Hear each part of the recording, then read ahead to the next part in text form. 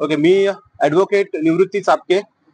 College प्रकरणामध्ये सध्या जे आपल्या सर्वांना माहिती आहे त्या प्रकरणामध्ये पीडिते तर्फे आम्ही इंटरव्ह्युनर म्हणून काम करणार आहोत आणि त्या त्या घटनेमध्ये अतिशय अ, अ, अतिशय घृणास्पद घटना आहे. एकतर त्याच्यामध्ये कॉलेजच्या अथॉरिटीजनी पण ही घटना पाठीशी घालण्यासाठी खूप सगळे प्रयत्न केले आणि त्या प्रयत्नांमधून 6 तारखेपर्यंत किंवा 6 तारखेपर्यंत सर्व गोष्टी माहिती असताना कॉलेजच्या अथॉरिटीजला त्यांनी ही घटना लपून ठेवण्याचा प्रयत्न केला आणि त्यानंतरही त्यांनी ती घटना फक्त लपून नाही ठेवली तर त्यातून ती घटना कशी दाबता येईल हा घालण्यात आला होता.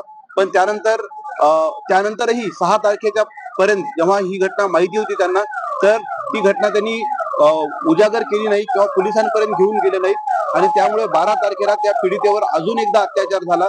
तर हा आमचा एक कन्सर्न होता आणि आम्ही त्यासाठी पोलीस मशिनरीला परत परत आम्ही ह्या गोष्टी सांगत होतो. पीडितेच्या घरच्यांनी, आईनी, वडिलांनी या स्टेटमेंटमध्ये ही गोष्ट देण्याचा प्रयत्न केला की आम्ही काय करतो आहोत किंवा काय सांगण्याचा प्रयत्न करतो आहोत, पण ते स्टेटमेंट रेकॉर्ड